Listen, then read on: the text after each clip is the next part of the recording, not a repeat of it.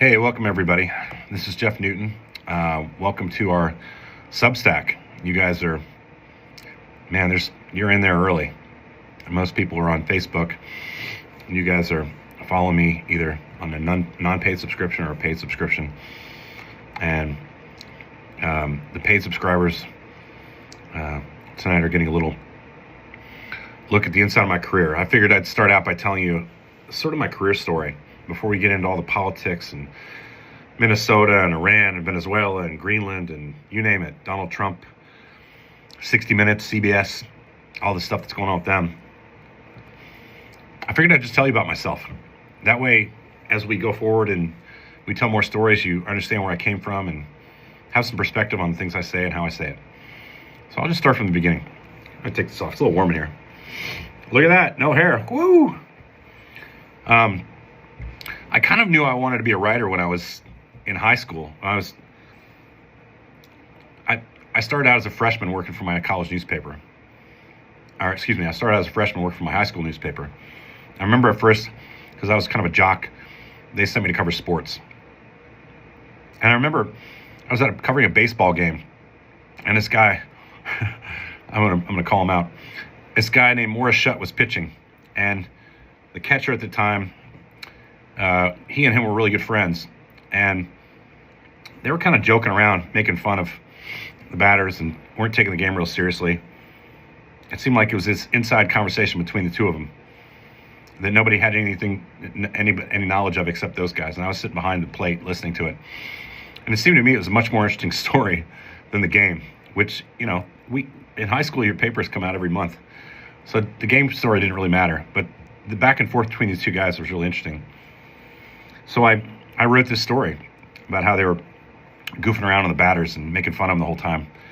And it was published a couple weeks later when the paper came out. And I remember Morris Shutt came up to me in school and said he was going to kick my ass. Now, I was like 5'3" at the time. I was a little guy. And Morris was probably like 6'2" or something. He was a monster, big dude. And he and this other guy were really pissed off about me writing this. So... And I said, well, that's what happened, and I wrote it, and that's, if you don't want to be written about when people are at the games, don't say stupid shit, or it could be in the paper. And I thought it was an honest assessment of what was going on that day, and I thought how interesting it was to write honestly. And it was also the first time I was ever intimidated as a reporter, the very first article I wrote. I didn't really care. I grew up on a hockey rink in Canada, so at this time I had moved to Kentucky with my father after my parents were divorced.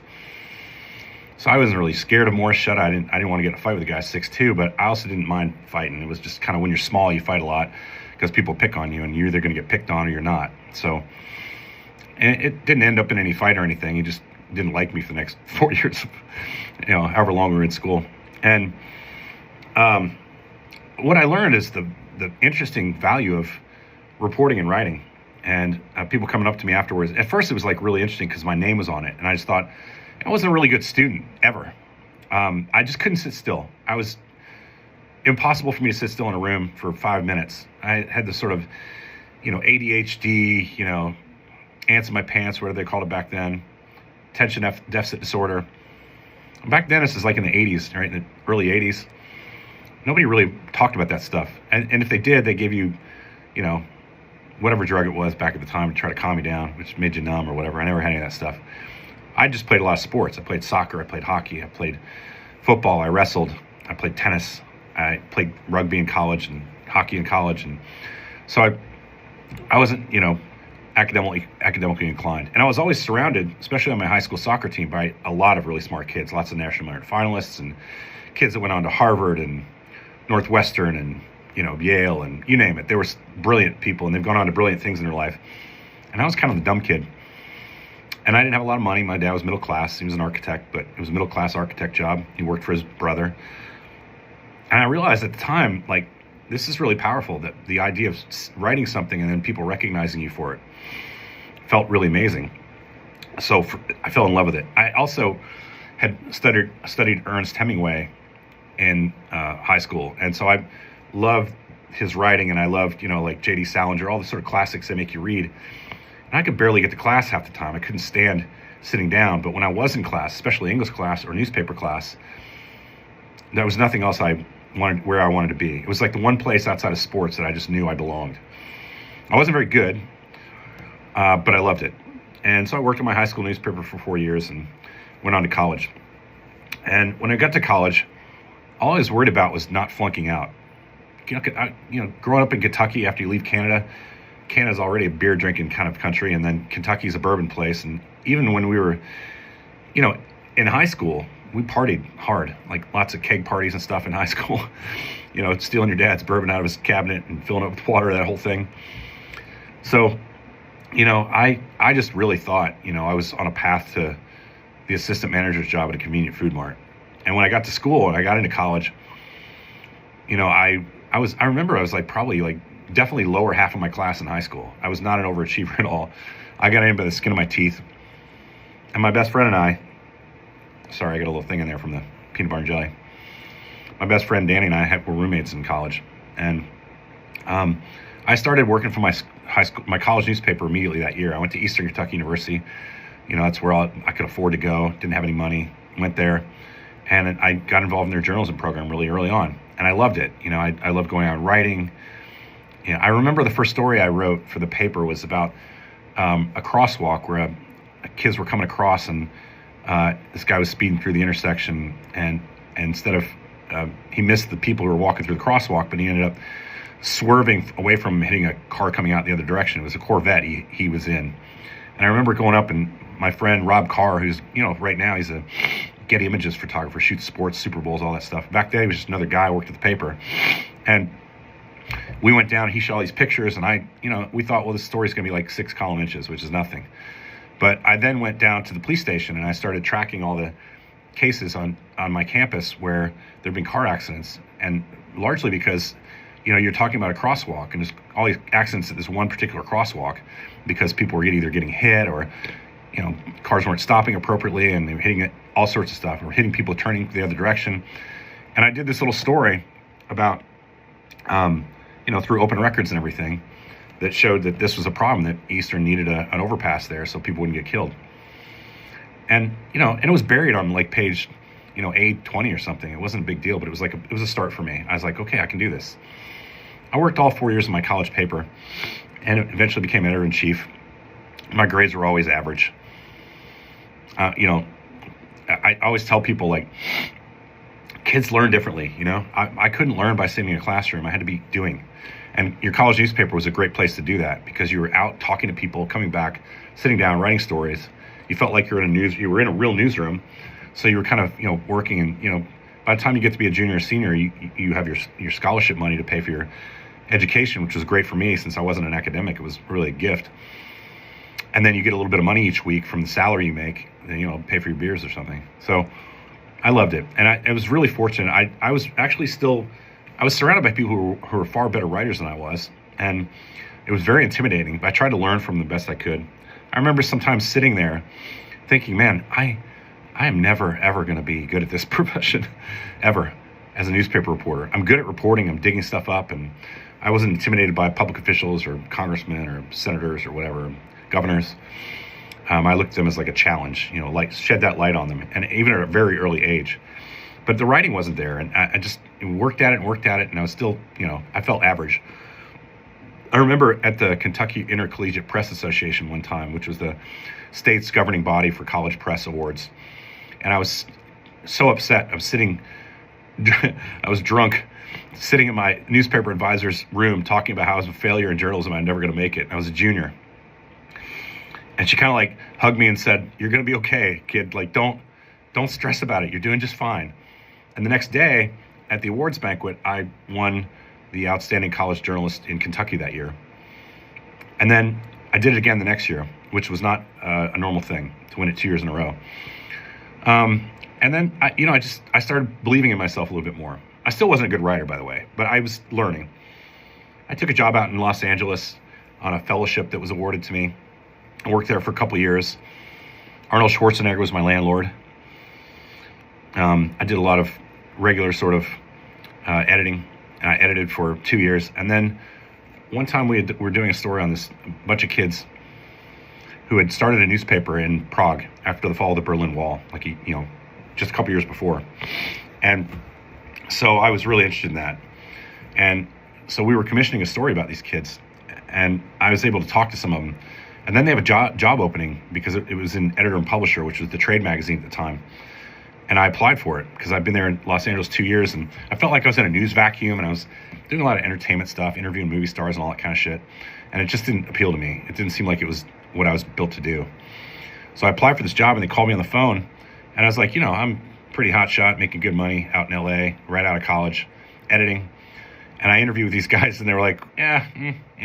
And I didn't hear from them for like a month. And finally one day I called them back and followed up, and they're like, yeah, we talked to the staff about you, and it was a staff decision. Like everybody, it was like a commune decided who's going to get hired, because I was going to have to quit my job in Los Angeles and move all the way around the world for a job that, I think I was making $33,000 in 1991 or something, 92, for a job that's going to pay me $3,300 a year, roughly. And this newspaper in Prague was called Prognosis. One of the best places, best experience I ever had. I moved there. I remember coming off the plane in Prague after like this all-night flight from LA with just a couple suitcases, and I was met. I went to the newsroom, and a couple people took me under their wing and said, you could stay here in our house for, a couple reporters. One reporter in particular said you could stay in my house for a few days until you find your own place. Back then, Prague had you could get an apartment for $200 a month. And that was a lot because the locals were paying like $80. And so I had some money saved up, and I went ahead and got an apartment.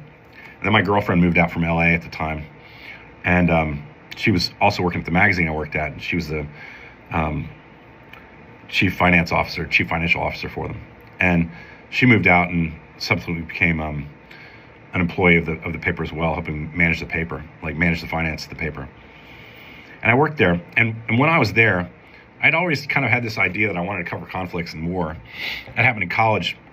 Just to backtrack, my senior year of college was the first Gulf War, and I was supposed to go on a flight and be the only college journalist in Saudi Arabia when they went across into Kuwait.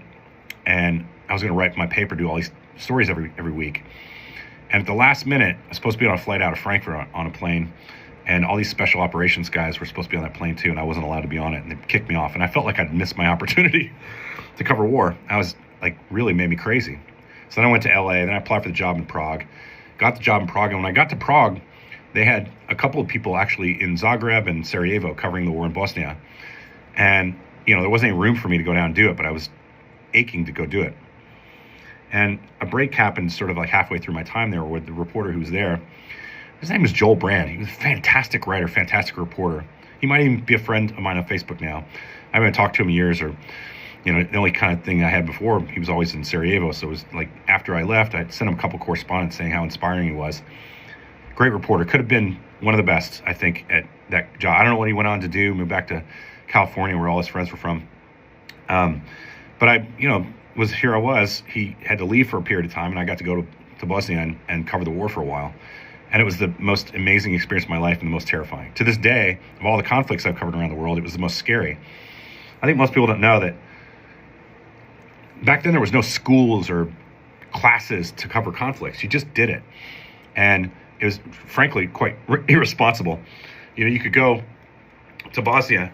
I took a bus, and I first went to Switzerland, where they were holding the Bosnian peace talks, and covered that, and then got on a bus with a bunch of peace activists that were going to go to drive from Geneva all the way to Bosnia, which I thought, that sounds like a great story. There was 600 of them, and I think they called it Mirsada, and I got on the bus, and I went, and once we got inside of Croatia, we went to Split, and I think there was 54 buses at the time. It was just hundreds of people. And we were creeping along on all these dirt roads that had been made because the main highway to Mostar was kind of shut down, and the Mostar Bridge had been blown out, which is this beautiful bridge people, cliff dive off of, and to this day they do it because they rebuilt the bridge.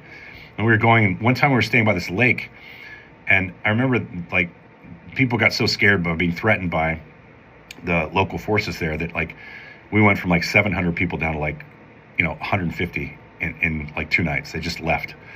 And the peace thing was getting less, brave the closer we got to Sarajevo.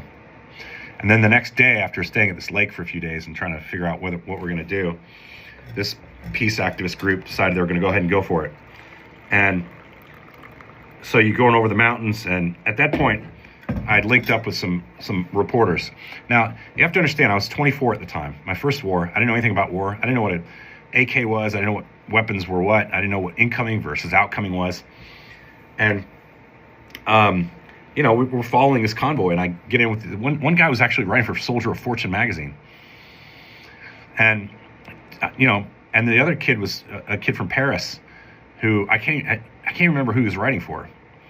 But we get in this vehicle and we're following, and at this point, we started out with a bunch of journalists, and at a certain point, they all just bailed because it was a little sketchy, a little dangerous. So here was basically somewhere between 3 and 10 journalists left when it started out 50.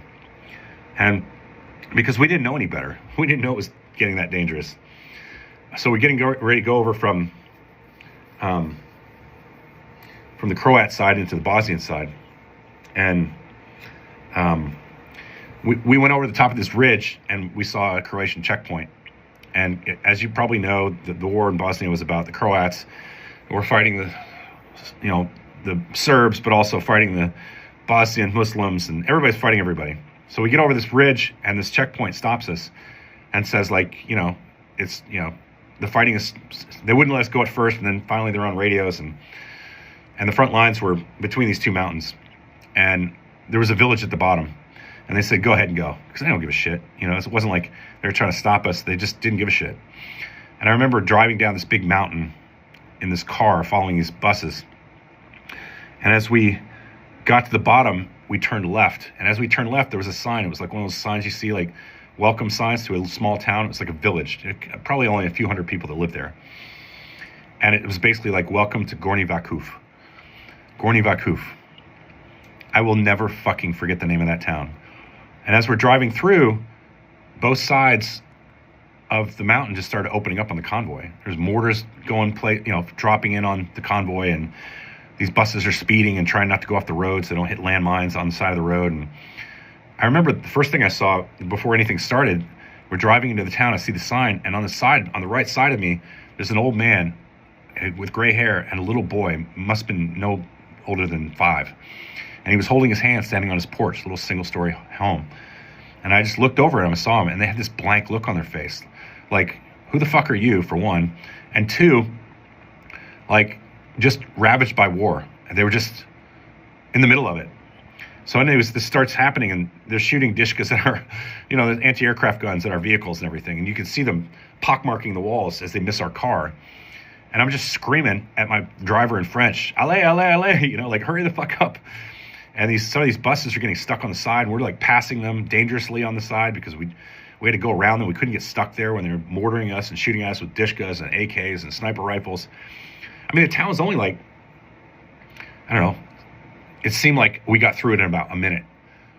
But we got to the other end of it, and instead of turning right to go up the mountain pass into Bosnia, we went straight to the UN compound in front of us. And I had a UN credential, and we all had UN credentials that we had gotten in Split, Croatia. And I remember I jumped out and ran up to the UN gate, and the UN blue helmet guys were screaming at me, get the fuck out of here, get the fuck out of here. And I was like, no, I got a UN credential. They're like, that fucking doesn't mean anything here. They're shooting at our compound now because of you. Fuck off.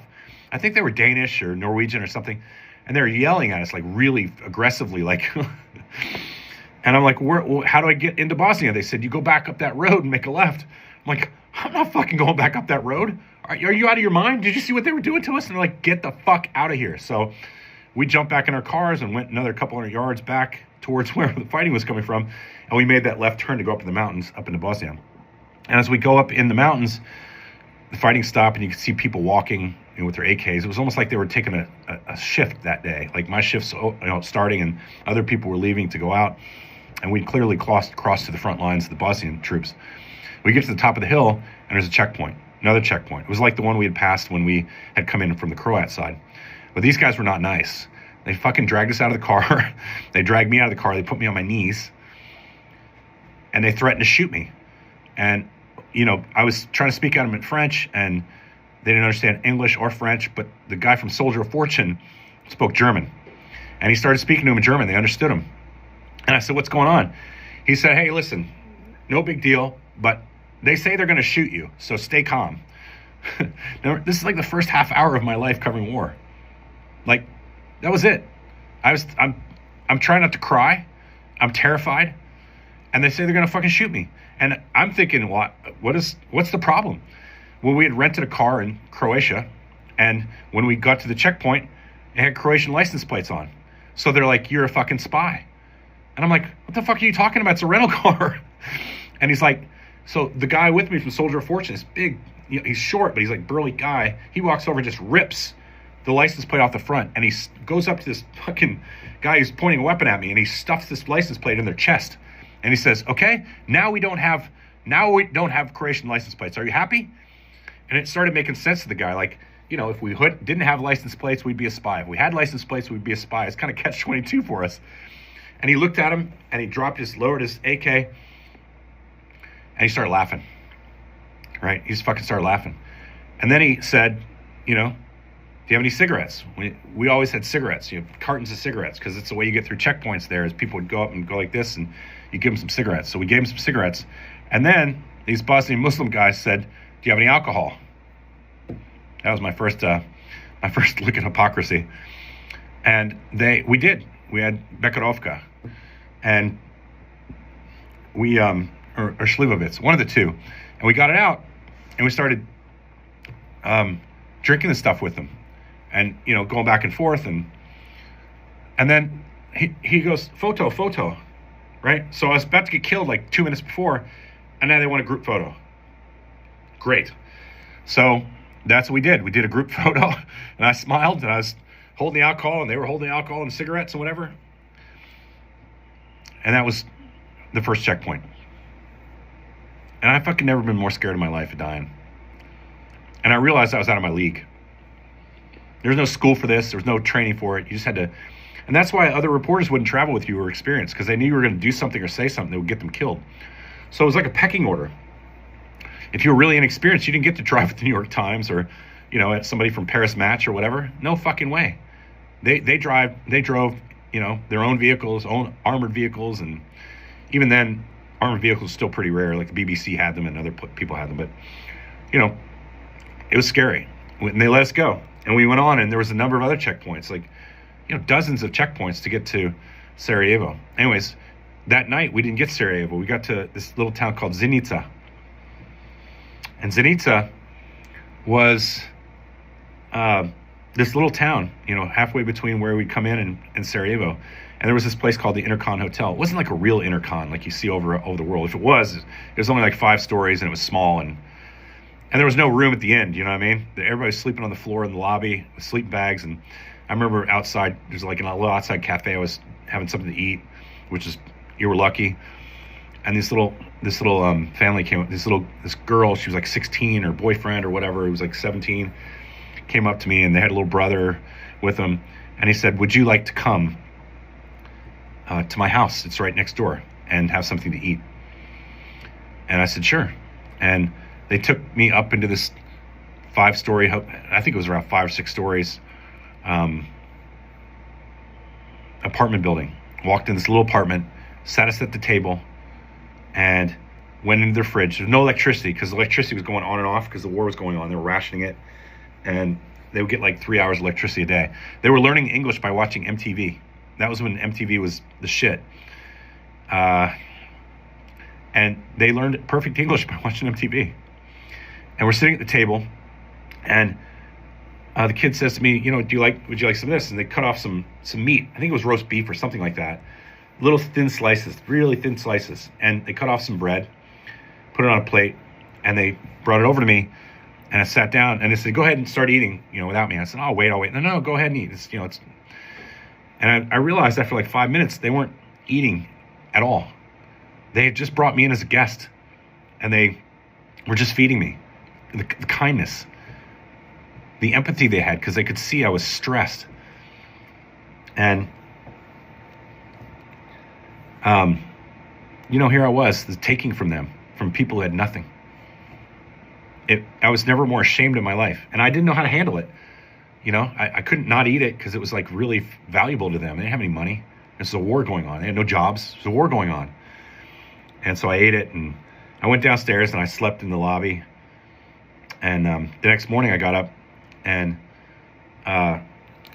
they met me down in the little cafe area, and I had some coffee, and they were asking me, is there anything we can do for you? I said, can you change some of this money for me? And they ran and changed some money for me, came back.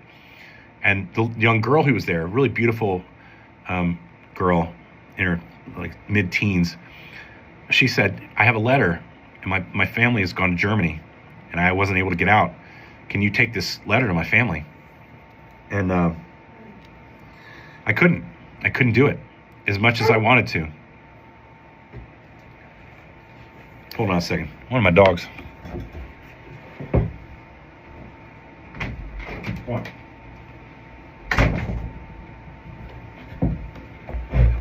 I couldn't take the letter. Because we go through every checkpoint. They were going through everything we had.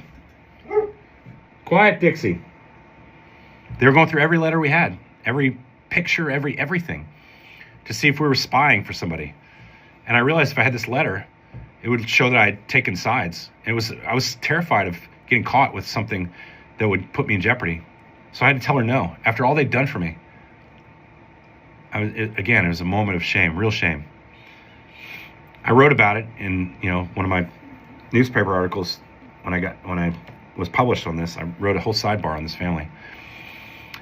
But I remember it was one of those moments, because I knew there was like at least 20 checkpoints to get into Sarajevo from then. And if it was anything like the ones I'd been through the day before, on my first day of covering conflicts, I didn't think I'd make it. I thought they're going to drag me out of the car and kill me, shoot me, whatever.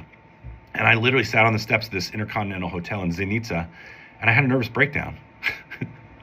I was crying uncontrollably on the stairs in the front of a hotel.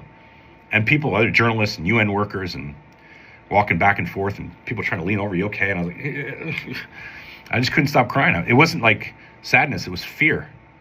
Real fear of the unknown.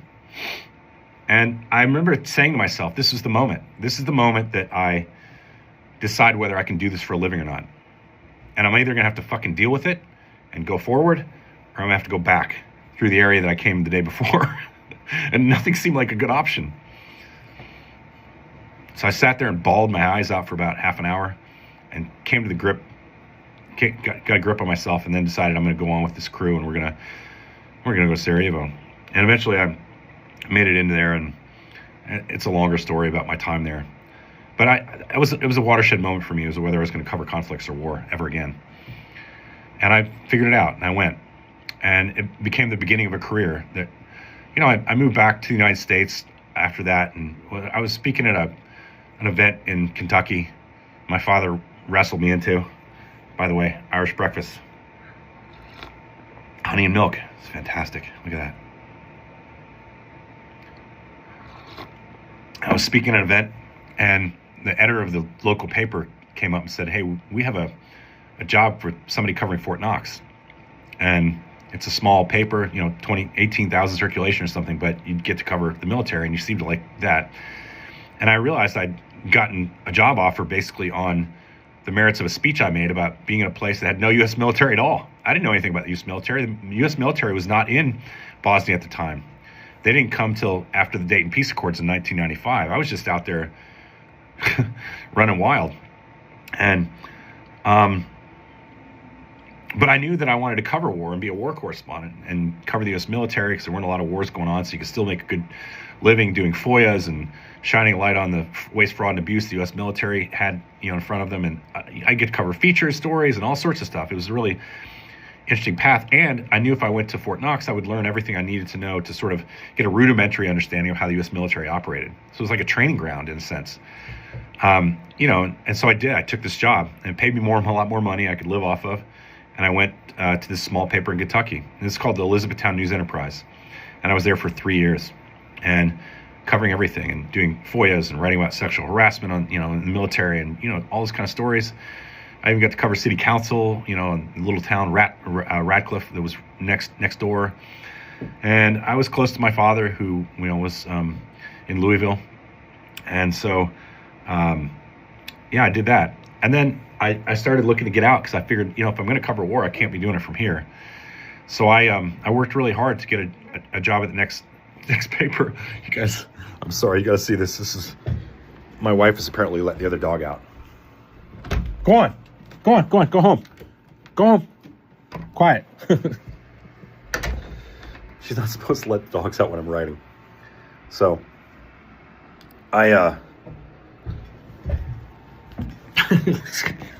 nothing like first podcasting. I applied for this job in Fayetteville, North Carolina, and what was known at the time as Vietnam, where Fort Bragg is. And I got a job there, and it was a bigger paper. The Sunday circulation around 100,000. So I was, newspapers back then were kind of like baseball. Like, you started out in the minors, started a small paper, you worked there for a couple years really hard, and you work your way up to the next level.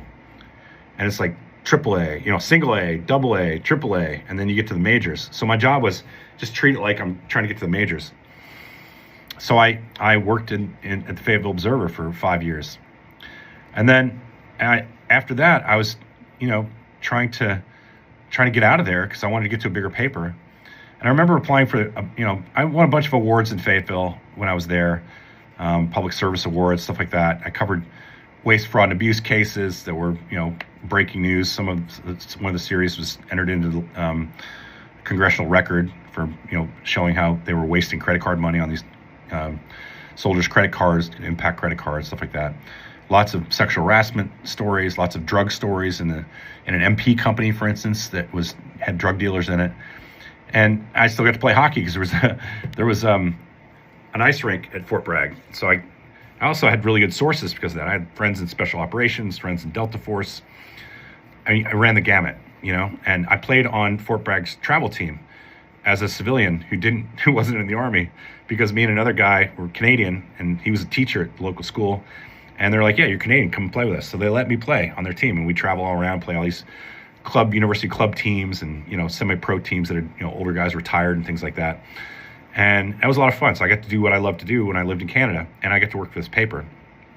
But as I was trying to get out of there and go to a bigger paper, I was having a really hard time. I was getting job offers to cover school boards and, in Raleigh. And I was like, I don't want to do that. I want to, and in Fayetteville, I had a chance to go overseas quite a bit because there was Kosovo, and, we got to go to cover Kosovo, and there was, earthquakes in Central America. There were fires in Montana. There's Iraq, the Afghan war started after 9/11. So we were covering that, and I was sent quite a bit to go do that. And while I was doing that, and not getting the job of my dreams, I remember my friend Chris Hondros, who they made a movie about. He was killed. He was a photographer in Fayetteville when I was there, and we worked together a lot. And then he got a job with Getty Images. At the time, was pretty new and pretty young. And Getty, hired him, and he was in New York. And I was like, I'm never going to make it to there. What's going to happen? And I remember when I get this job in Raleigh, he called me, and he was laughing. I was like, almost in tears, because I was like, I'll never make it out of Fayetteville. No offense to Fayetteville. It's a cool place. They gave me a good break. But I was kind of like crying on the phone to him, and he's laughing at me. And he said, what do you know that you don't want to work in Raleigh covering school board? And I said, yeah, but I can't get out of here. I'm stuck. It's like, when you're a baseball player and you can't make it to the majors. That's how I felt.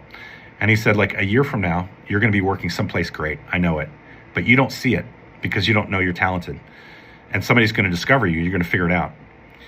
So, I'm going back to Afghanistan for the third trip or something, and I'm there. And while I'm there, I was lucky enough to get a job. The local, I had a friend of mine named Rick Allen, a great friend of mine. He was a local TV cameraman, but also an independent producer, and he started his own company. And he said, look, you're going to have to get out of print journalism. It's going to die. It's going to die. It's not going to be there anymore in the way you see it. And my recommendation is you learn to shoot video, and you tell the stories through camera. You've never done it before, but I'll teach you. And he told me what camera to buy. He told me what Final Cut Pro program to get. He told me which computer would be the best to use it on. And I got this book, this like 600-page quick guide on how to edit. And I remember I was in Afghanistan. I had all this stuff, and I was still working for Fayetteville. And I got a job offer from Reuters to work as contract reporter for Reuters in Afghanistan, and I took it. And I remember one time I was out on the front lines. I need to say one more thing. When I was in the last trip I went to Afghanistan, I quit my job and decided I was going to go over there. And I was writing stories as a stringer, as a freelance guy for my old paper. And that was how I figured I could make my break. They would pay me some. And then the local TV station paid me, News 14 Carolina. They paid me for stories I was doing. So I was over there as a freelancer doing stories for them, for television I'd never done, and doing stories for my old paper, which was buying my photos and my copy, because there was so many Fort Bragg troops in Afghanistan at the time. They needed stuff out of there. And it was cheaper than sending somebody all the time. And they trusted me because I had worked there for 5 years. So when that happened, I got an opportunity. And a guy, I think his name was David Bookbinder, he was a reporter for Reuters at the time. And he said, hey, Reuters is looking for a guy to replace me. And I happened to be at Bagram Air Base, where all of us were working out of at the time. It was like all the world's media was working out of there. And I said, that sounds great. So I took this job. It was a contract job. I got paid weekly. And I was going out all over the place. And now I was getting better access to things because now I was working for Reuters and not the Fayetteville Observer. And they were sending me out anywhere I wanted to go. And I had my camera and my laptop and all this stuff. Now, my contract with Reuters didn't require me. They didn't have a rights to any of my video, but they had the right to me writing copy. And so instead of using a tape recorder to do interviews, I'd just go ahead and tape them. And I was writing for Reuters, and I put stories together for television for the News 14 back in North Carolina. And I was usually getting 2 and 3 stories out on one set of interviews. And I was making pretty good money. And then one day I was at this place called Camp Chapman. At the time, Chapman was a tiny, like 200 guys. It was like not many people at all. It was an airfield, and there was agency guys there and special operations guys there, Green Berets, and there were Afghan military guys there as well. And I remember when I was up there, I was going out on missions with them and everything, and 82nd Airborne guys. And one morning we woke up after a whole night. We worked all night covering this warlord. He was trying to take back control of this area near Khost. And we got in late and sleeping for like 4 or 5 hours. And about 6 a.m, these machine guns and mortars started going off all around us, and we were being attacked. And so I popped up out of my bed in a tent. There was like rounds going through the tent. And I looked around, and there was an NBC crew with me, and they weren't there. I don't know where they got. I got to go. Put my boots on, threw my shorts on, threw my flak vest on, my helmet, my camera, and I ran across this field. And we were taking fire the whole time. And I got to this berm. And what had happened was there was a suicide bomber trying to run the gate in a dump truck. And they were trying to fight this guy off, and it went on for like an hour, and they kept go up and come back and go up and come back, and this whole firefight went on. And this is close to the anniversary of 9/11, the 1-year anniversary. And I remember calling my buddy Rick, the guy who convinced me from Fayetteville that I needed to get out of newspapers. And I said, I've got all this incredible footage of this fight. And he said, well, great, who's there with you? And I said, NBC. He said, did they shoot anything? I said, I don't think so. It turns out that NBC got up earlier than me because I'm a late riser, and they went to the bathroom to take showers, and they got caught in the bathroom and couldn't get out of the toilet. And they were nice as can be. They were just great about the whole thing. They don't worry about us. This is, you got some great stuff, use it. And so I called Rick, and Rick said, can you get back to Bagram Air Base? And I said, yeah, I can probably get on a helicopter in the morning. And he said, okay, call me back in an hour. So I called him back in an hour, and he had lined up interviews with me with all the networks so that they could come and look at my video and decide who was going to buy it and for how much. I mean, I'm just blessed by having these people around me my whole career. Just trusted me. And so next day I got on a helicopter and I went back, and I was in a room, and all these people were bidding on my video. And it was a lot more money than I was used to making, for a piece of video that was maybe a couple hours long, shot on little mini cassette tapes. And I made a deal with CBS, and they bought my video. They took the tape for a day and came back, and the next day this guy who was a producer on it came up to me, and he was trying to shaft me for half the price. He paid me half the night before, and then pay me when he came back the next day. And the reason this video was important was because this was the 1-year anniversary of 9/11, and the American military was telling everybody the war's over. 1-year anniversary. They were telling everybody the war's over. We've gone to what they call provincial reconstruction teams. We're going to rebuild the country now. We're going to help them get back on their feet. And it just wasn't true. If you were out on the border, shit was going down all the time. But all the media was living in Kabul, partying it up down there. And I was living at Bagram because I didn't have any money. And so I'd get on these embeds, and the people in Kabul were too lazy to come up and get on embeds too. And so I was really lucky that they weren't competing with me. And I sold this video for quite a bit of money, and I made like $26,000 cash that month. And I remember thinking, I definitely have to stop working for Reuters.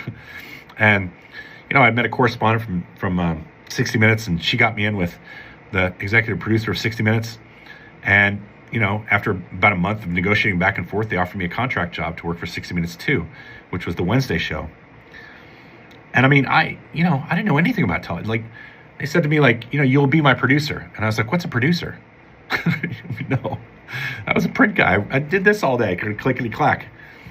So I basically got to 60 Minutes. I skipped all the affiliates. I skipped everything because of my expertise in covering conflicts and war. And I was lucky. I was in the right place, the right time. The kid who barely got out of high school, who didn't have great grades. Quiet, Dixie. This dog's gonna be deaf to me. And here I am now working for 60 Minutes too, going around the world, flying all over the place for them, covering conflicts. And I mean, the real story was this correspondent had called me and said, like, wrote me and said, have you seen this story by Tom Ricks at the Washington Post? He was their military correspondent, Pentagon correspondent. And I read it and I said, yeah. And she said, what do you think of it? I said, well, I think he's a great writer and he won a Pulitzer Prize at the Wall Street Journal, but I don't think he's really that seasoned of a Pentagon correspondent, really. If he is, he's getting stuff leaked to them for propaganda purposes. And what they're going to do here is not what's in his article. And she said, well, why are you so sure of that? And I said, because it goes against the doctrine of how the American military fights war. And they very seldom ever go away from their doctrine. So it takes a certain number of people to attack a fortified position. And the numbers in his article suggest that they're going to have such a small number of people doing this that they won't even have enough numbers to overwhelm their enemy. And so for me, it doesn't make sense. It's not going to happen that way. And she said, well, how do you think it's going to work? And so I wrote this 10-page memo back to her. And the next line back was, would you like to come to work for me at 60 Minutes? And I did. I did want to do it. I was ready for it, at least I thought. And then I, got moved over to 60 Minutes and quit my job at Reuters, and sort of the rest is history. I worked there for 15 years. Anyways, it was not an easy road to get there. And the next 15 years were even tougher because you're in a place that's like a snake pit where everybody doesn't like you because they don't know you, and they're all like Ivy Leaguers. And I was a kid from Eastern Kentucky University. And I definitely not the brightest guy in the room, but I wore jeans to the office and not suits, and with a blazer, but never a tie. So I was kind of a little bit of a, does this guy really belong here? So I had to prove it. I spent the next 5 years trying to prove it, and started winning stuff. And in many respects, I was never there. I had an office, but I was overseas constantly. At one time, I was overseas somewhere in the neighborhood of 320 days that year. So that's it. That's who I am. That's how I got there. Not the brightest guy in the room, not the smartest guy in high school or college. Just worked hard and learned my craft. And I had a lot of people that helped me along the way, from writing coaches to college professors to people like Jeff Fager, who, he had a downfall at 60 Minutes, but when I was there, he was my mentor. And he gave me a chance that nobody else in the world would have given me in their right mind. And, I went on to better things after 60 Minutes with Vice on HBO, where I was helping run their newsroom and creating shows for National Geographic, where I was a senior producer there. And that's kind of, how my career went from high school newspaper all the way to 60 Minutes. I got a lot of stories to tell in terms of war stories and 60 Minute stories, but this is just a short 45 minutes of who I am. And now I live in the mountains with my wife, Holly, and we run this place called Virginia Backcountry Cabins, which is 10 cabins in the mountains. We're going to put in 5 more with bathhouses that, have bidets and copper sinks and, bonfires and saunas and all that shit. I'm going to know if you watch this, if you make a comment at the end that you heard about my saunas and my fire pits, I'll know you watched at the end. Otherwise, I think you're a poser. But this is the first installment. Now you know who I am. Now you know where I work. Out of the writer's cabin, from the writer's cabin. And we're on a journey together. We'll talk politics along the way, I've interviewed a lot of interesting people. I've been involved with interviews with heads of state, many different countries, the most important generals in the world from all sorts of militaries, senators, congressmen, you name it. I was lucky, and I didn't deserve it probably, but I worked hard, had a plan, and I got to where I got, and I have some knowledge because of that. I've traveled to dozens of countries around the world and learned a little bit about the rest of the planet. So when I talk about Greenland, I've been to all the European countries where those leaders are trying to lead us away from war. And I've interviewed presidents and sat down with presidents. And, I met Bill Clinton for the first time in the White House when I was 21 years old. So it's been a pretty long journey I've been on. And I hope you'll stay on it with me on Substack. And, this is the place where I can actually monetize and figure out a way if I can continue doing this for a living. So hopefully if you're a subscriber, a free subscriber, you'll think about subscribing to the Substack. And if you're a paid subscriber, I really love the fact that you guys are supporting me, because my wife the other day said, hey, it looks like you've got enough subscribers to pay you like $3,200 this year. And because I was building the cabins last year and not working on it, I worked on a couple films, but I said, well, that's more than I made last year. I can remember when I made like $250,000 a year, and now I'm like, can we afford, can we afford like picnic tables, right? So your support really helps support what I'm doing, and we're trying to educate the public as to how the world works and how our government works, and I'm thankful that you guys trust me in that, and hopefully you see me as sincere, and I'm as real as I can get. I'm not perfect. I'm not hyper intelligent. I just read a lot, and I've been to a lot of the places that I read about. So it gives me a unique perspective. By the way, props to Canada, elbows up. They're not coming to our country. We're not going to be the first state. And to the Americans that are my family as well, keep pressing. This government is going awry, and we need more people, going and working locally to support your local elections, to get people to register to vote. Hopefully we'll have a fucking election, and this guy doesn't try what we think he's going to try. But you got to do that now. You got to start now. November's not that far away. And keep subscribing, keep following me, and I'll keep telling stories. More next time about the world and its relevance to you. Hopefully now you know me a little better. Take care. Bye.